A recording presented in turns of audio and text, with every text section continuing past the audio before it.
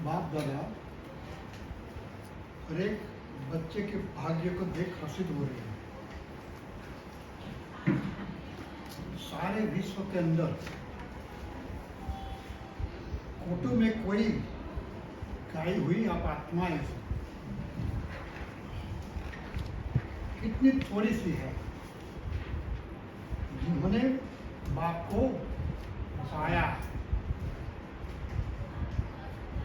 पाया का मतलब क्या होता है? बाप को पाया अर्थात प्राप्त करना। किसको?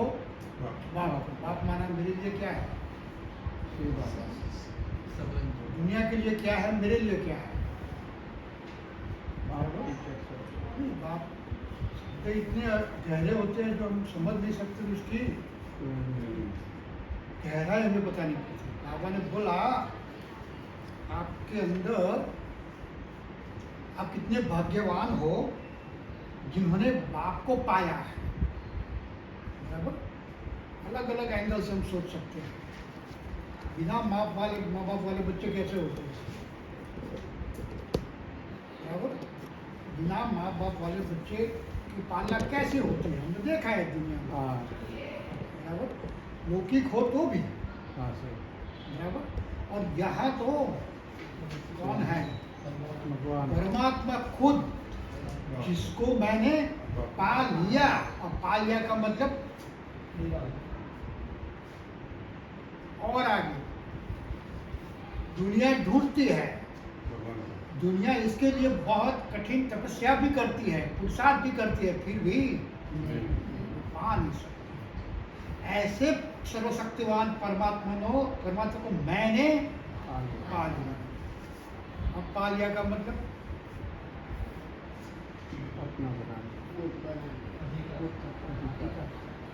कोई चीज आपके टारगेट में हो और आपके पास आ जाए तो क्या होगा? किस बात की खुशी? टारगेट किया तब मिली ना, बिना टारगेट तो लॉटरी की टिकट ली और अंदर क्या होगा? और लॉटरी लगी तो क्या होगा? बराबर? ऐसे हम भी 63 जन्म में क्या करके आए? हाँ, वो परमात्मा को प्राप्त करने के लिए हमने बहुत पुरुषार्थ किया, फिर भी वो नहीं मिले। और यहाँ संगम पर मैंने संपूर्ण पा लिया बिना कोई मेहनत। अब इसकी वैल्यू कितनी होनी चाहिए? इस शब्दों में गहराई है बाबा। मगर तुमने तो बाप को ही पा लिया, अब तुम्हारे लिए क्या है पाने के लिए? अब तुम्हारे पास बचा क्या है? लास्ट डेस्टिनेशन लाइफ का क्या होता है? परमात्मा। उसको आपने पा लिया तो आपको करना क्या है? क्या करना है? खुशी से चलना है पहले से। बुद्धि को कहीं अब भटकाने की जरूरत नहीं। इधर उधर जाएगी बुद्धि तो जो प्राप्त की हुई वस्तु है वो खो देगी। बराबर? इसलिए बाबा कहते हैं कि आप दुनिया के अंतर में कितनी थोड़ी सी आत्माएं हैं जिन्होंने बाप को पा लिया। न सिर्फ जाना, पा लिया के बाद न सिर्फ जाना, लेकिन जानने के साथ साथ जिसको पाना था वो पा लिया। ऐसे बाप के आप अति स्नेही सहयोगी बच्चों के भाग्य को आज बाप दादा देख रहे हैं। वह कितने भाग्यवान मेरे बच्चे हैं। बराबर? उसके भाग्य को मैं देख रहा हूँ। मेरे बच्चे क्या से क्या बनेंगे, उसको खुशी होती है। वैसे सर्व आत्माएं बच्चे हैं, लेकिन आप आत्माएं, दुनिया की सभी आत्माएं परमात्मा के बच्चे हैं, लेकिन आप डायरेक्ट बच्चे हो। बराबर? तुम क्या है? डायरेक्ट बच्चे हैं। डायरेक्ट का मतलब पहला सीधा कनेक्शन। पहला हक। और आगे बहुत नजदीक है। डायरेक्ट क्या कहेंगे, डायरेक्ट किसको कहेंगे? हर बात उसे बता सकते हैं, हर पल से हर चीज़ बता सकते हैं। हम भी पहले के ज़माने में जॉइंट फैमिली में रहते थे ना, हाँ भाई। मेरा सभी भाई एक साथ रहते थे, सभी के बच्चे होते थे, फिर भी जो अपना होता है इसके प्रति ज़्यादा प्रेम होता है। अब वो भावना थी कि सभी मेरे बच्चे हैं, एक ही जॉइंट फैमिली में रहते हैं, फिर भी अपने के बच्चे प्रति क्या होता है? Soft corner, soft corner. अंदर, बाहर भाई दिखने में ना आए लेकिन अंदर तो होगा ही। तो बाबा यहाँ भी ये बतलाते, सभी आत्माएं मेरे बच्चे, लेकिन आप मेरे डायरेक्ट,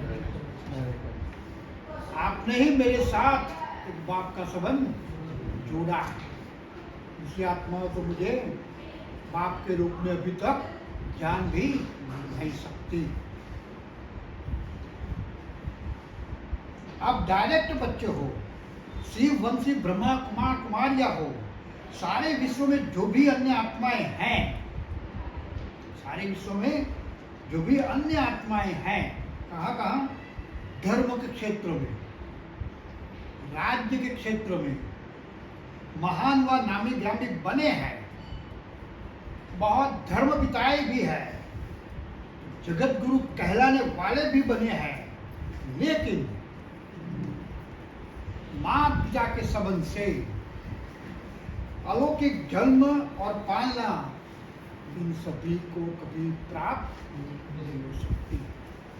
इतनी महान आत्माएं हैं, फिर भी परमात्मा उनकी पालना नहीं करता। उसके कंपेयर में हम कैसे हैं? हाँ, दुनिया की कंपेयर में, बाप की कंपेयर में नहीं, बाप की दृष्टि में नहीं, दुनिया की कंपेयर में हम बिल्कुल अनजान है, कोई हमें जानता तक नहीं, फिर भी उनकी पालना कौन करता है? परमात्मा। बाबा एक डिफरेंस बता रहे हैं, दुनिया की नामी ग्रामी आत्माएं, महान आत्माएं हैं, फिर भी उनको मेरी पालना का भाग्य प्राप्त नहीं है। उसकी कंपेयर में आप तो बिल्कुल सामान्य हो ना, कोई आपको पहचानता तक नहीं है, फिर भी आपकी पालना मैं बाप के रूप में करता हूँ। वह पूछता है अब आपका भाग्य कितना बड़ा, अपने को इस लेवल पर समझते हो? इस लेवल पर समझेंगे तो किसी के प्रभाव में नहीं है, चाहे कितना भी बड़ा हो, लेकिन मुझसे तो बड़ा हो नहीं सकता, क्योंकि मैं तो कौन हूँ? परमात्मा की डायरेक्ट संतान, जिसकी पालना स्वयं बाप करता है। अलौकिक माता पिता का अनुभव स्वप्न में भी नहीं करते वो लोग जो महान है, और आप श्रेष्ठ आत्माएं, पद्मा पदम पति आत्माएं हर रोज माता पिता के सर्व संबंधों की याद प्यार लेने के पात्र बने हो। हर रोज याद प्यार मिलती है ना, न सिर्फ याद प्यार, लेकिन स्वयं सर्वशक्तिवान बाप आप बच्चों के आगे श्रवण के रूप में सेवा भी करते हैं। तो अब आप देखो, दुनिया की कंपेयर में आपका पद कितना मेरे लिए बड़ा है, जिसकी सेवा खुद परमात्मा कर रहा है। अति स्नेह से सिर का ताज बनाकर, नयनों का सितारा बनाकर, अंत में साथ में भी ले जाऊंगा। ऐसा भाग्य किसी भी जगत गुरु या धर्म पिता या धर्मात्मा को प्राप्त नहीं हो सकता। तो आप सोचो, आप कितनी श्रेष्ठ आत्माएं हो।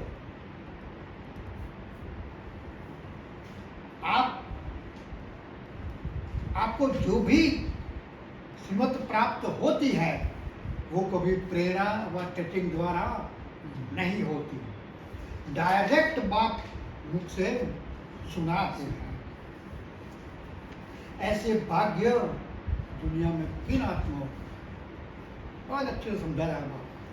हर रोज मैं आकर तुम्हें पढ़ाता हूँ, वैसा भाग्य है जिसको परमात्मा आकर बढ़ाए। नहीं। तो बाबा की कितना बड़ा भाग्य है जो ना उम्मीदवार थे कि हम कभी बाप को मिल नहीं सकते, ऐसी आत्माओं को बाप ने चुन चुन कर अपना बना लिया। तो सोचो इतना श्रेष्ठ भाग्य दुनिया में किसको मिला है।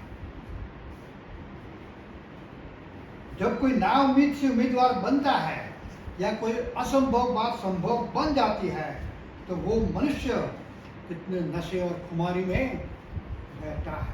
वो पूछता है कि इतनी खुमारी है आपके पास, इतना नशा है दिन भर कि मैं कौन हूं। तो कितना नशा और खुशी होनी चाहिए। ऐसा भाग्य सदैव अपनी स्मृति में रखो, याद रखो। बाबा कहते हैं सारे ड्रामा के अंदर सर्वधर्म की आत्माओं को देखो और अपने को देखो, कोई अंतर दिखाई देता है? वह पूछता है अब तुम खुद अपना कंपैरिजन कोई धर्मात्मा या महान आत्माओं से करो, कोई अंतर दिखाई देता है? पहला अंतर कौन सा है?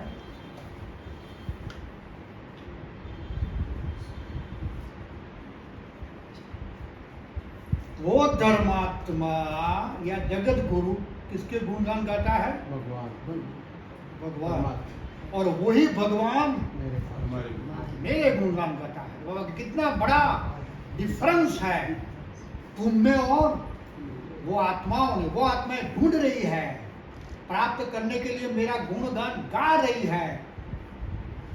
वो परमात्मा आज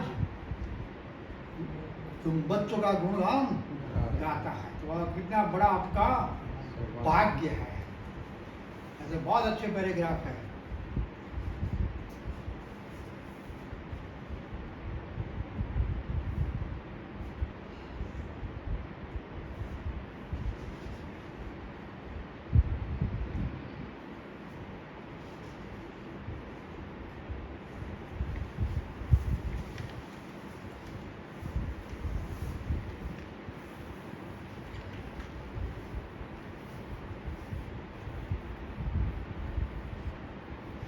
आज रत्नाकर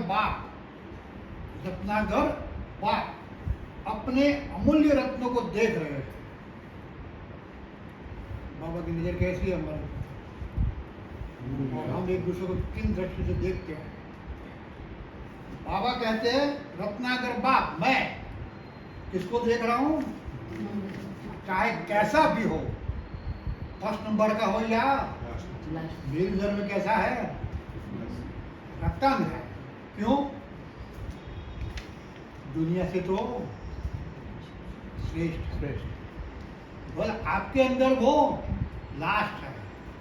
750 करोड़ में कंपेयर में 9 लाख। हाँ, आपके अंदर वो लास्ट है, लेकिन दुनिया की सारी आत्माओं के अंदर वो श्रेष्ठ है। यह अलौकिक कमल रत्नों की दरबार है। एक एक रत्न अमूल्य है। बाबा कहते हैं आपकी हर एक आत्मा की वैल्यू इतनी है अमूल्य, कोई गिनती हो ही नहीं सकती। इस वर्तमान समय के, अच्छी तरह सुनना, इस वर्तमान समय के विश्व की सारी प्रॉपर्टी, समझ में आना बुद्धि में, तो वह क्या बता रहे हैं? विश्व की सारी प्रॉपर्टी, कोई धीरूभाई अंबानी की या बिल गेट्स एक व्यक्ति की नहीं, विश्व की जितनी भी आत्माएं हैं, इनके पास जितनी भी प्रॉपर्टी है वो सब इकट्ठा करो तो विश्व की सारी प्रॉपर्टी या विश्व के सारे खजाने सबको इकट्ठा करो, फिर भी इसके अंतर में मेरे एक एक ईश्वरीय रत्न बहुत अमूल्य है। क्या बोलता है वो? मेरे एक एक शब्द की वैल्यू क्या है? एक एक ईश्वरी रत्न कई गुणा अमूल्य है। जैसे ये रत्न मूल्य है मना मुरली, ऐसे ही आप भी ईश्वरीय रत्न हो। तो सोचो आपका मूल्य कितना होगा। उनकी दृष्टि में हम कौन हैं? हमारी दृष्टि से हम शरीर से या कपड़े से या दुनिया की कंपेयर में कैसे लगेंगे? अगर आप ऐसे नहीं, कभी इस दृष्टि से अपने को देखना ही नहीं, सोचना ही नहीं, मानना ही नहीं। भक्ति में भी मैं बार बार एकदम मस्ती नरसिंह मेहता क्या सोचता है, दुनिया की पड़ी ही नहीं थी ना, वो तो अपनी मस्ती में, हाँ वो अपने आप को बहुत अलग समझता था। बाबा यहाँ यही बातें बता रहे हैं कि आप कितने अमूल्य हो मेरे लिए। संपत्ति इकट्ठी करो, इसकी की कोई कीमत लगाओ, इससे भी आपके अधिक वैल्यू है। क्यों? स्वयं परमात्मा के डायरेक्ट बच्चे हैं और सर्व संबंध से का अधिकार है। क्यों हम इतना वैल्यूएबल है? परमात्मा ने पाल लिया है। वो तो है, उसकी वैल्यू किस आधार पर है? दुनिया तो मैं जानती ही नहीं कि हम परमात्मा के बच्चे हैं। हम भी भूल जाते हैं दिन भर, पता ही नहीं रहता। तो मेरा पति का बच्चा होगा, नशा वो तो रसा में रहेगा कि हम कौन सी दृष्टि से देखेंगे उसके प्रति, क्या दिखाई देगा मुझे? पैसा होगा, पक्का उस दृष्टि से देखेंगे ना। तो बाबा बोलता है कि अपने आप को कभी ऐसा समझते हो कि मैं परमात्मा का बच्चा हूं। आपके अंदर वो खुमारी है, आपकी चाल भी, दृष्टि भी, सोच भी बदल जाए। लेकिन जब तक नहीं समझेंगे तब तक हाँ अपनी वैल्यू नहीं समझते ना। कोई बड़ा आदमी होगा और तो जैसे जैसे इसके पास संपत्ति बढ़ती जाती है, इसकी रहन सहन भी, क्यों? कारण क्या? कारण क्या? हम भी पहले कैसे रहते, आज कैसे है? कोई चेंज आया कि नहीं आता है? क्यों? किस आधार पर आया? ज्ञान क्या था? नहीं, भगवान छोड़ो, लौकिक की बात बोल रहा हूं। एक कैटेगरी, एक रूम रोजाना मकान में कहती क्या आया, कैसे रहते थे, अब क्यों? हमारे में भी बदलाव आता है ना। बराबर जैसे जैसे हमारे पास आर्थिक संपत्ति बढ़ती जाती है, हमारी रहन सहन भी बदल दी जाती है। क्यों बदल दी जाती है? कारण क्या है?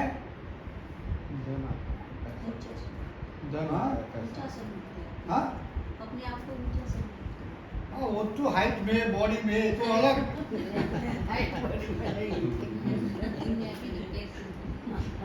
आर्थिक संपत्ति बढ़ती जाती है, हमारी चिंताएं बढ़ती जाती है। अब पता पड़ेगा ना कि भाई हाँ हवा बराबर, हवा घर में इसी रखाओ। क्यों? सामने वाले को देख कर लगा देंगे आप? नहीं। अपनी कैपेसिटी। हाँ, माना आपका स्तर भी बढ़ता जाता है। बराबर यहाँ भी बात समझा रहे हैं कि आप कौन हो। भगवान के बच्चे। तो आपकी रहन सहन भी किस आधार पर होनी चाहिए? लौकिक है वो संपत्ति वाला नहीं, लेकिन परमात्मा मेरा बाप है, वो कैसा है, गुणों में, शक्तियों में, वो भी मेरे अंदर झलक दिखाई देती है। ये वो बताना चाहता है। वैल्यू स्थूल चीजों की नहीं है, वो तो आज है कल नहीं है, लेकिन आपके पास जो वैल्यू है वो कभी विनाश होने वाली नहीं है। बाबा के ये आपकी वैल्यू है, इस वैल्यू को मुझे क्रिएट करना है। कहाँ? अपने कर्मों। बोलते समय याद रहता है मैं कौन हूं? परमात्मा का बच्चा। अब ये समय याद नहीं रहा तो क्या होगा? तो बाबा ये बता रहा कि आपकी वैल्यू को समझो। वैल्यूवान कोई होगा वो उनके शब्द भी मुख से सोच समझ कर निकलेंगे ना, ऐसे वैसे वो बोलता ही नहीं। तो ये बता रहा है कि आपकी वैल्यू क्या है। अभी तो ईश्वर संतान हो और आगे जाकर क्या बनेंगे? देवी संतान होंगे। जैसे ईश्वर को सबसे श्रेष्ठ नाम है, ईश्वर का आज दुनिया में श्रेष्ठ नाम है, महिमा है, जन्म है, कर्म है, वैसे ही तुम ईश्वर रत्नों का, ईश्वर संतान आत्माओं का मूल्य भी इतना ही मेरे साथ सर्वश्रेष्ठ है। इस आधार पर ईश्वरी समझ गया। हाँ,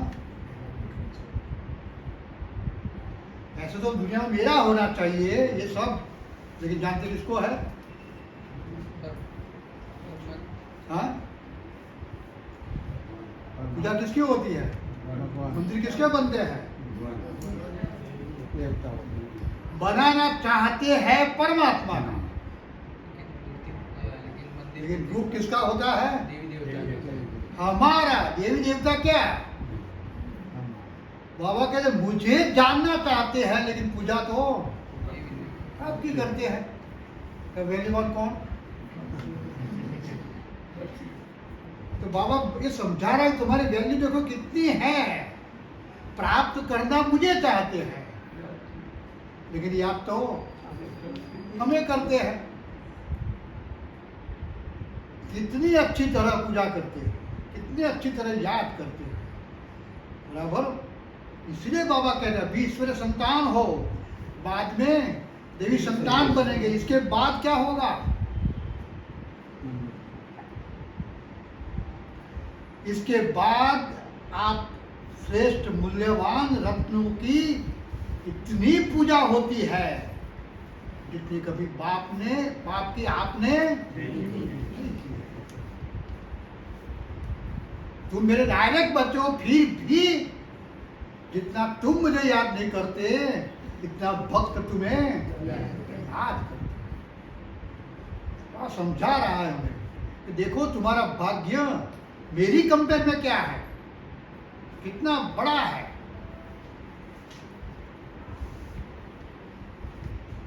नंबरवार जरूर है,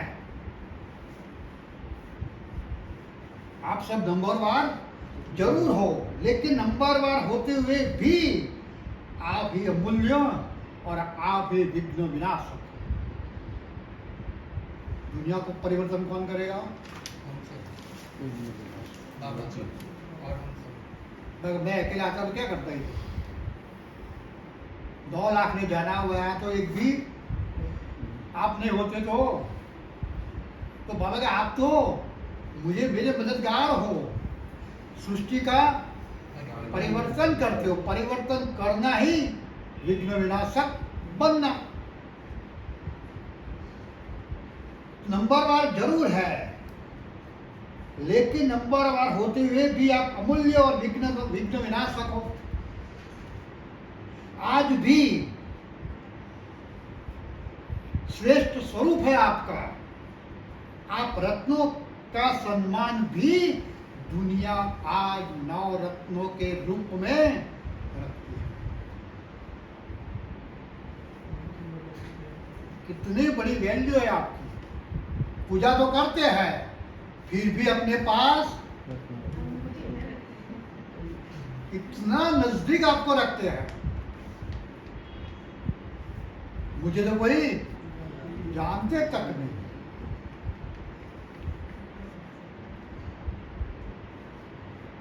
किसी ने रत्नों की माला या अंगूठी पहनी होगी तो देखो बड़े प्यार से स्वच्छता से संभाल रखते हैं, बार बार नजर जाती है। क्यों पहनते हैं?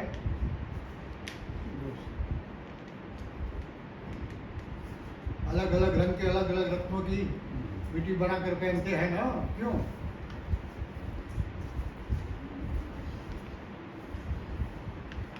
क्यों पहनते हैं? पावर मिले, हैं? मन का वो पावर मिले। पावर मिले। और हम भी रत्न हैं, बाबा ने पहले ही बता दिया। आप तो रत्नाकर बाप के अमूल्य रत्न हो।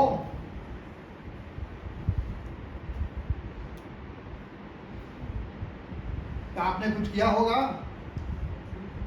तब तो आपकी इतनी बड़ी यादगार है।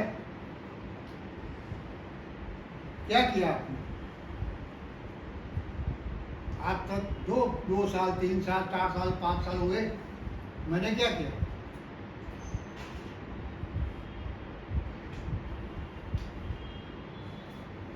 आता है कुछ बुद्धि में? सुन लेना, नोट डाउन कर देना। और मैं जो बोलता हूं वो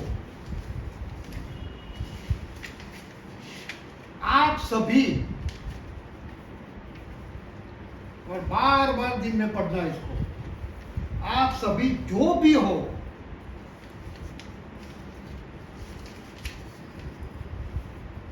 आप सभी जो भी हो,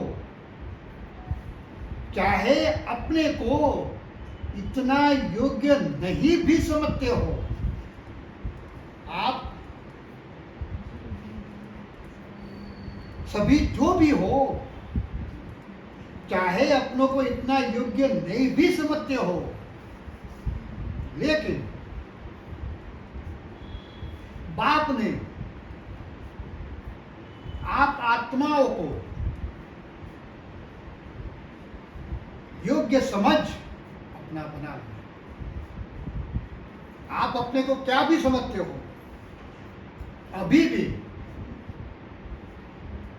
आप अपने को योग्य समझो या ना समझो, लेकिन बाप ने क्या देखा? आपने आपको योग्य समझ अपना बना लिया, स्वीकार किया। क्या? तू मेरा, मैं तेरा।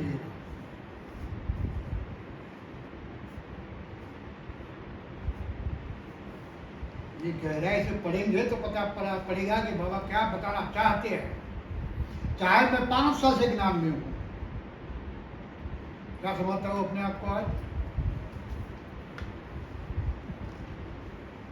किसी को और मधुबन वाले को देखेंगे, किसी का क्लास सुनेंगे, इसकी कंपेयर में हम अपने आप को क्या समझते हैं? कम पुरुषार्थ वाले। कम समझते हैं। क्यों? कितना पुरुषार्थ है, उनकी तरफ इतना लेवल नहीं पहुंचे। हमने कैसे डिसाइड किया कि इसका लेवल इतना है? हम तो इसको जानते ही नहीं, इसको कर्मों को जानते ही नहीं, सिर्फ इसके बोल सुनते हैं ना। तो बोल तो बाप भी हर रोज बोल रहा है, समझ आता है मैं क्या बोल रहा हूँ? वो भी हर रोज बोल रहा है ना। हमारा अटेंशन है इतना इसके प्रति, और वो समझा रहा है। आप सभी जो भी हो,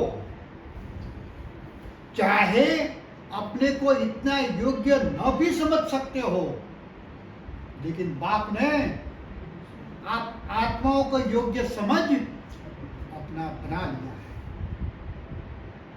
मेरी कंपेयर मुझे किसके साथ करनी है? बाबा के साथ, बाप के साथ। किसी व्यक्ति के साथ करेंगे तो क्या होगा? मन में दिल शिकस्त हो जाएंगे। दिल शिकस्त हो जाएंगे। भाई परमात्मा मुझे क्या समझता है, और मैं किसी व्यक्ति को देखकर अपने आप को क्या समझता हूं? बच्चा भी 12वीं कक्षा में होता है, पढ़ाई में मन कब होता है इसका? एग्जाम नजदीक होता है, उसका लक्ष्य ये है। कब होता है? टीचर अच्छा पढ़ाता है। जितने भी क्लास में 60-70 होगा, बराबर, सबके अलग अलग भाव होंगे पढ़ाई के प्रति। अच्छी तरह कौन पढ़ेगा? अच्छा नंबर लेना है। जिसको दंगश हो गया पढ़ाई की वैल्यू टीचर भी है, सिलेबस भी वही है, एग्जाम भी सबको देनी है, लक्ष्य वो सब एक ही है। जिसको नॉलेज की वैल्यू होगी,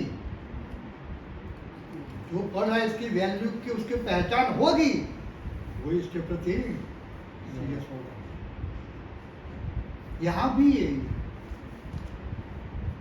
तो जैसा वैसा ज्ञान यहाँ है ही नहीं।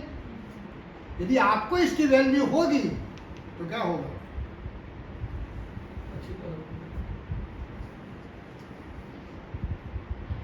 पढ़ाई अच्छी किसी को देखकर, किसी को सुनकर आप बड़े नहीं हो जाएंगे या ट्रैक पर नहीं चलेंगे। जब तक खुद को वैल्यू की पहचान नहीं होगी तब तक आप चल नहीं सकते। बाबा इसलिए बताया भी तुम किसी से कम हो ही नहीं, अपने को कभी नहीं समझना है, इसीलिए बोला ना। लेकिन बाप ने आत्माओं को योग्य समझ अपना बनाया, स्वीकार किया। कैसे भी थे आप, क्या स्वीकार किया? तू मेरा और मैं, बस दूसरे की कोई यहाँ बीच में जरूरत है? आफ्टर वो तो मेरा यही है ना, ये ज्ञान लेना, ये करना, दूसरा किस लिए लेते हैं? है। हमारा काम क्या है? भगवान को पाना। बस मेरा कनेक्शन बाबा के साथ सदा लगा रहे, यही तो हमारी चाहत है। तो बाबा यहाँ करना क्या है? कुछ करना ही नहीं है। अपने आप को असमंजस में नहीं डालना। बाबा का ज्ञान भी सहज है, बाप को प्राप्त करना भी इतना सहज है। यहाँ कोई मेहनत है ही नहीं, फिर भी बच्चे क्या करते हैं? बाबा कहता है काफी बार, मुझे बच्चों की मेहनत देखी नहीं जाती। वो परेशान हो जाता है, फिर भी हम करते हैं।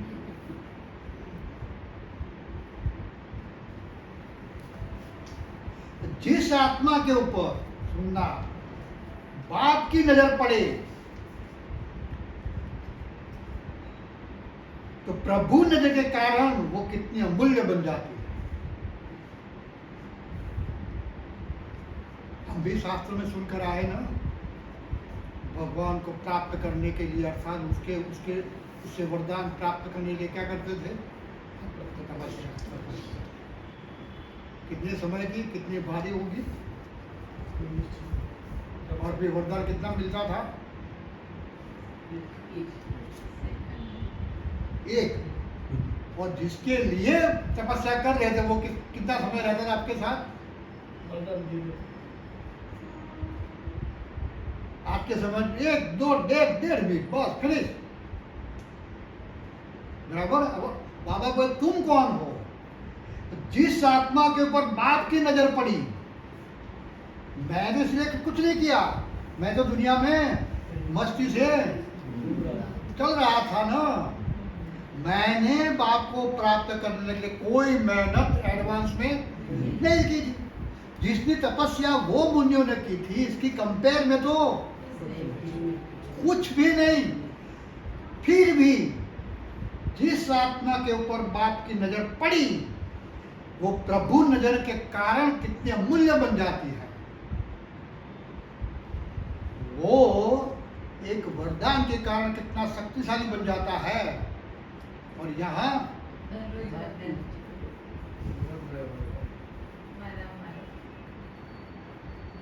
तो आपके पास तो कितनी शक्ति होनी चाहिए,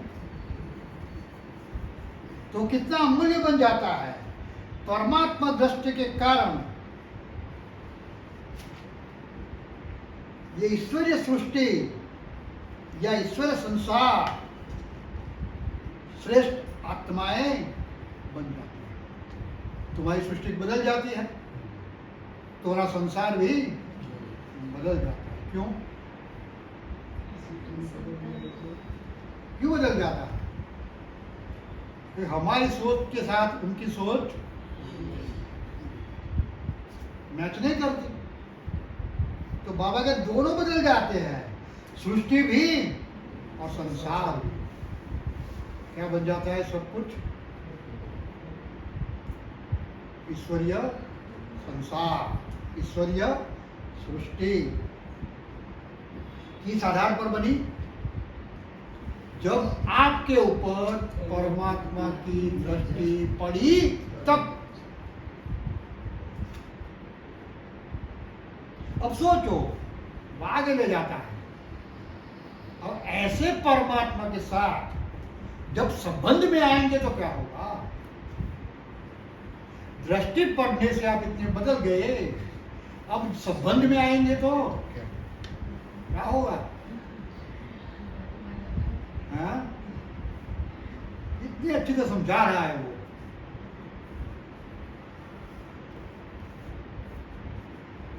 नरेंद्र मोदी नाम नहीं जानिए, पर कांटेक्ट में आवे तो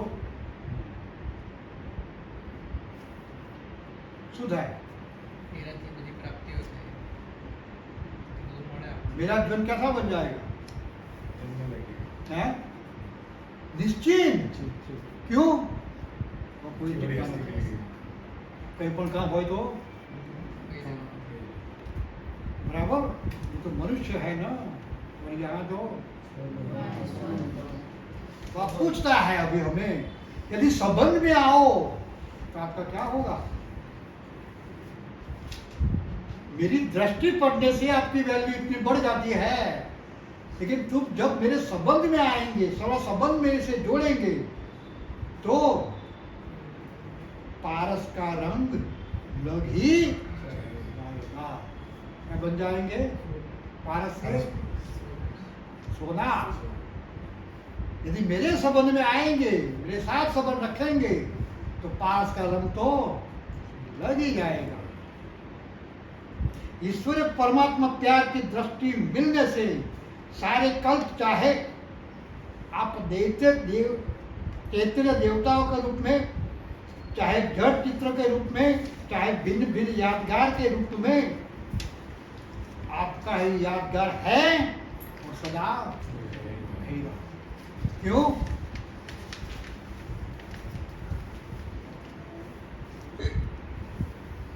क्यों इतनी यादगार हमारी? जितनी बात की नहीं है, इतनी यादगार तो हमारी है।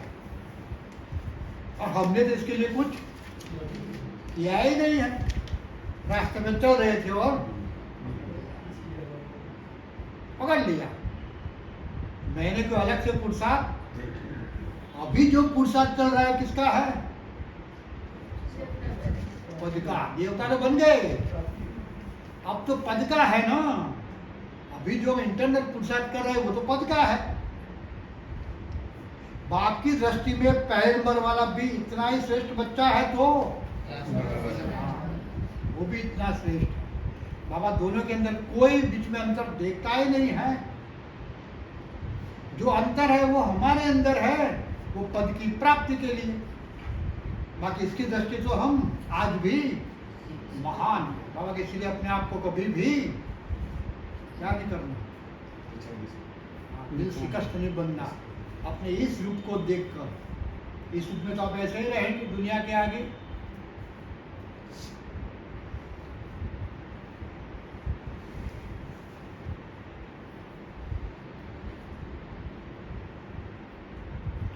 जिस रूप में भी आप यादगार हो, सारे कल्प सर्व के प्यारे रहते हो। क्योंकि भक्ति कितना समय चलती है? 2500 साल। हमें पुरुषार्थ कितना समय करते हैं?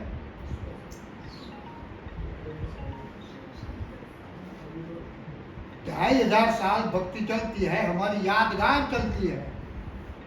इसके लिए हम पुरुषार्थ कितना समय करते हैं? जन्म को नहीं, वर्षों की बात है ना। 2500 साल हम पुरुषार्थ कितना समय करते हैं? आधा जन्म. जन्म को छोड़ दो, वर्ष 10-20 कितने साल करते हैं? 10, 20, 30 ज्यादा। हम माना कितना समय करेंगे? बहुत बहुत तो 40। आज से गिने तो बाबा कहते देखो, आप आए 10, 20, 30 साल यहाँ रहे, आपकी यादगार तो 2,500 साल चलती है। क्यों? ऐसा आपने क्या कर दिया?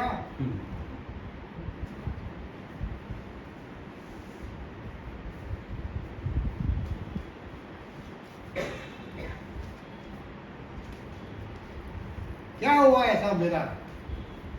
मैंने ऐसा क्या किया? आप कितना अच्छा आंसर दे रहे हैं।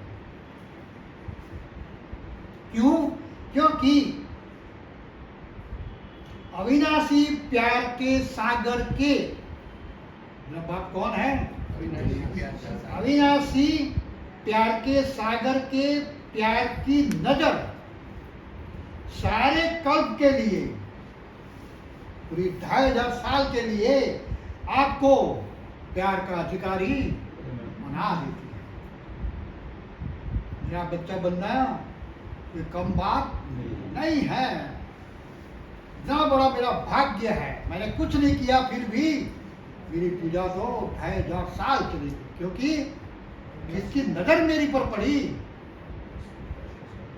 अविनाशी प्यार के सागर की प्यार की नजर तुम पर पड़ी, यही प्यार भक्तों को 2,500 साल तक खींचता है। इतनी बड़ी हमारी वैल्यू है, इतना बड़ा हमारा बाप है। इसलिए भक्त लोग भी आपके चैतन्य रूप को पाने के लिए पूजा किसकी करते हैं? स्थूल रूप की, अचेतन। और बाबा बोलता है भक्त लोग भी आपके चैतन्य रूप की आधी घड़ी, कितनी समय? आधी घड़ी या एक घड़ी की सिर्फ दृष्टि के लिए तड़पती है। आपकी कितनी वैल्यू है? आपके चैतन्य रूप के दर्शन की एक घड़ी या आधी घड़ी के लिए तड़पते रहते हैं। क्या इच्छा रखते हैं कि हमें नजर से निहाल करो।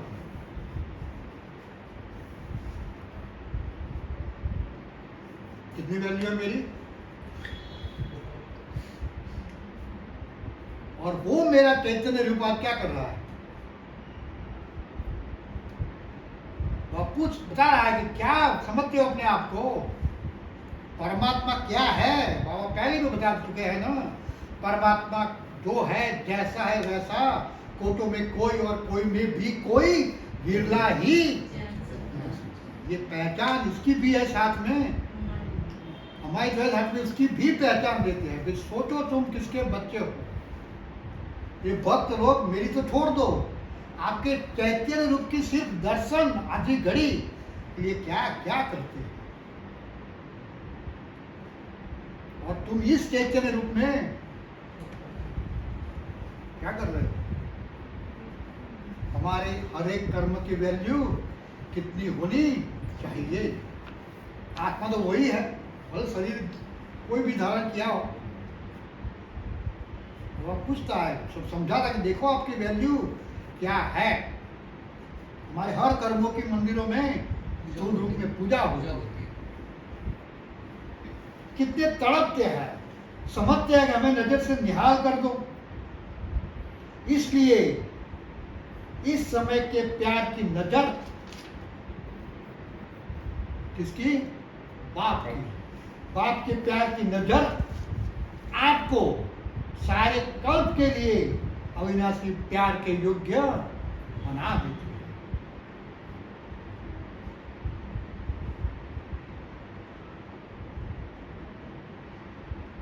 आपको देखो कितने प्यार से याद कर रहे हैं, प्यार से आपको कहाँ रखते हैं? घर में कितने प्यार से रखते हैं, कितने प्यार से देखभाल करते हैं। किसके कारण? ये सब किसके कारण हुआ? बाबा के नाम। और हर यादगार की अपने घर में भी भक्त लोग कितने प्यार से रखते हैं, कितने प्यार से याद करते हैं, कितने प्यार से देखभाल करते हैं। ऐसे तो वैल्यू बाप की होनी चाहिए, लेकिन वैल्यू तो किसकी होती है? तो बड़ा कौन हुआ, हम या बाप? इसीलिए बाप कहते हैं कि मैं बच्चों का क्या हूँ, ओबीडिएंट सर्वेंट। ओबीडिएंट का मतलब क्या होता है? આજ્ઞાકારી સમજવા માટે શું કરવાનું ગુજરાતીમાં? આજ્ઞાકારી એટલે શું? કયા પ્રમાણે ચાલવાનું, વિચારવાનું. वो तो कहता है मैं आपका ओबीडिएंट सर्वेंट हूँ। हम आज्ञा करें अलग, हमको बात तो अधिकार से करेंगे ना, हम जो कहेंगे वो अधिकार से, और वो काम कैसे करता है? दो चीजें है ना, ओबीडिएंट और सर्वेंट। यहाँ ओबीडिएंट का मतलब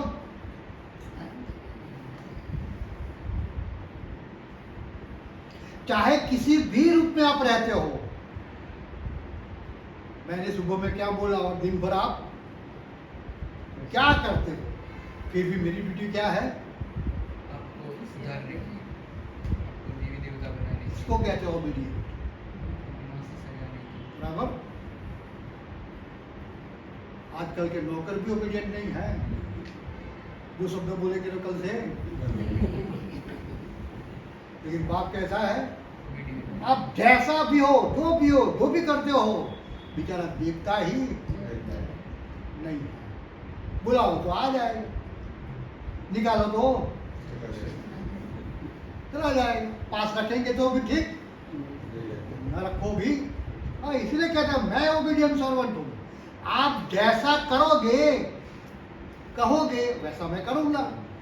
अब बिठाएंगे तो मैं बैठ जाऊँगा, अब निकाल देंगे तो मैं तो आप जो बोलेंगे मुझे वैसा, इसीलिए वो ओबीडिएंट सर्वेंट है। कभी ये नहीं बोलता कि इतने दिनों से मैंने आपको सिखाया, क्या करते हो? नहीं, कभी नहीं। बहुत अच्छे इसके सेंटेंस है, समझना, ये बार बार पढ़ेंगे तो